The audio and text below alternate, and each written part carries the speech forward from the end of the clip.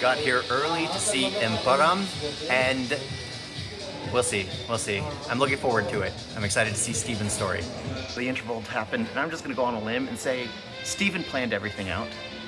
You know, his brother changing sides, the way it started. You already know that the way to get someone out, like Abram, is you have to make him feel like he's safe. I'm just guessing that everything's planned out. We'll learn it all in the end. Alright, so I finished watching the movie Empuraan, Lucifer 2, and I gotta say, I actually really did like the sequel. Alright, so this movie starts off in 2002 where there's like this schism in a faction where someone basically becomes an extremist and is hunting down a group of people. You already know that this is going to be an origin story for one of the characters that's introduced in Lucifer. And I don't mind that because this entire film is more like introducing you to more of who Steven, who Abram, who Lucifer is as a character. However, the story that's in this film feels more like a side story. It's like one of those side quests that you go on. It turns out that his half-brother is joining the schism faction, you know, the cruel faction, the one that, well, started off this movie very cruelty. There was this most aggravating scene, like in the first film, there was this stuff that was going on that absolutely pissed me off. In this film, they did all of that in the very first scene. Everything I absolutely was despised and pissed off about, they did. And honestly, the way that guy got his revenge, the way that thing ended was, I completely agree with it. I always complain that they don't get what is coming to them when they do those violent acts. But here, he got the worst of the worst, and I was absolutely okay with that. So I was of the opinion that Lucifer had planned out all this stuff. He was the one that told his half-brother to join this faction. I was thinking all this stuff was going on because it was Steven's plan. That's not entirely the case, but it works out in the end because, well, Lucifer's like second hand, his right hand, wanted, you know, his revenge. So it makes sense in the end, but I kind of liked it when I felt that, oh, everything is Steven's plan and we'll know in the very end he planned this all out. No, it just happened to be luck, which is why I feel like everything that's going on in India is just a side story to the real story. The real story that's going on is the in-between with what's going on with Steven's organization. He's being hunted by MI6. He leads, for some reason, he has people in his pocket. There is this one lady who has a grudge against him. We don't know entirely why. Well, we kind of do, but at the same time, it feels like it's more personal than just taking out one agent. And the way it starts off, because the film does start off with that lady before the interval. And I gotta say, I didn't like her. I don't like it when films cast someone. And I felt that this film was proving that DEI doesn't work because here's a lady who's unqualified for a role, given a role of command, who doesn't wear a vest when she's waiting to intercept an armed escort of cocaine. She was not wearing a vest, and it was aggravating. I was watching that. I'm just like, she's an idiot. There are these scenes in this film that are just like, oh, it's just like that to make the person seem cool. Or it's just like that to be convenient. Because there's this one scene in London where a body is left in a bag with a beeping noise in it on the subway. Who is not going to notice a giant body bag? The fact that everyone just notices it when it starts beeping seemed a little off. So this film, to me, is primarily two stories put into one.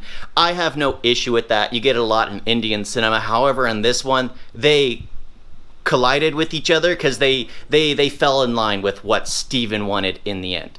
But what makes this movie for me is, I think, primarily the cinematography. There was probably one cinematic shot I did not agree with, and that was Mohanlal's introduction fight scene. I had issues with that because you get the camera doing this and this and this and this and this, and it was too much for me. I understand when you have like an elderly man doing fight scenes and you're having him the sole focus on like the ending fight scene, when he's the sole focus, there's two ways of doing it. Either you make it cinematically brilliant or you just leave it to the editors in the editing room. One of those turns out magnificently, and it's normally the one where the cinematographer has free reign to do with what they will. This one just felt a little off. It is like someone's going to get motion sickness seeing this scene. I didn't care for it. That's like one of the issues. Like a lot of the problems I had with this film was just that one scene, because all the cinematography I thought was great. All the shots of focusing in, focusing out, knowing who you're supposed to be looking at in the moment. All the symbolism shots where you have Lucifer introduced with like burning horns. You have an L drop down from a church after the cross has been shattered. You have the once used to be horns burning a tree down into an L. I mean, all that stuff, I gotta say, was phenomenal. At the same time, you know that stuff absolutely isn't realistic, but it's not supposed to be realistic. It's supposed to be cool. I mean, and what was it? Dark Knight Rises? Batman apparently had time to burn a bat symbol in a massive skyscraper. You do that in films because it makes it a little cooler. It adds it a bit more flair. And I had no problem with that. I had no problem with the fact that the main story is nothing but a side story to the entire thing. Also, one thing that really had me riveted was like there's dialogue pieces in this film, like the right hand who wants revenge. Even the dialogue he had with his stepbrother after he'd basically detained him. There are a lot of impactful moments that mean a lot, and also at the very end when he's talking to like his he's talking to his counterpart in another nation, and he's like, oh, mole for mole, brother for brother, spy for spy, whatever it is. He does that, and it just sounds cool. It's one of those Godfather moments, if you've seen The Godfather, where he's like, oh, do you swear to do everything in the name of Christ? I do swear. And as he's swearing to Christ, all the people he was having murdered in his own family was being taken out. I mean, it reminded me of that. It's that kind of dialogue which is impactful for what it means. The film has a lot of cinematically beautiful moments. Again, I'm going back to the cinematography where they're introducing the chopper, and it's funny because who I was watching it with, where it's like, why don't they just use their guns to shoot down those choppers? Like, those are battle choppers. You can't shoot them with that. You need a high caliber rifle, like one of those sniper rifles or a freaking RPG to take those down. Those things are like tanks in the air. And I liked how that was how we got introduced to him. Reintroduced to him, I should say. I like how Lucifer basically stepped out of the chopper, and it's like, oh, I have to memorize this moment, because it's always cool when they do that. I don't feel that every character they introduced needed a slow-mo introduction, but I enjoy it when the ones who deserve it get it. But in the end, I'm not really here for like the action. I'm here for the story, and it does have some action set pieces that are nice. I mean, there's like the Bahubali scene where they're like swapping swords in the middle of the fight near the end. I enjoyed that. I mean, that entire sequence, that fight goes on for a good 10 minutes. Like the final boss fight in the film where they're getting, or where his right hand is getting his revenge.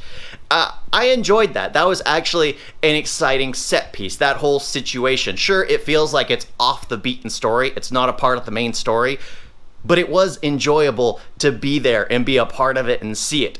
And I gotta say, I went to the movies with two people who hadn't seen the first film and hadn't even heard of the story at all, and they still somewhat enjoyed most of it because, like I said, this is two stories, and you realize, even if you're not someone who watched the first film, that the main story that's going on is not really the main story that needs to be focused on. The main story is Lucifer's story.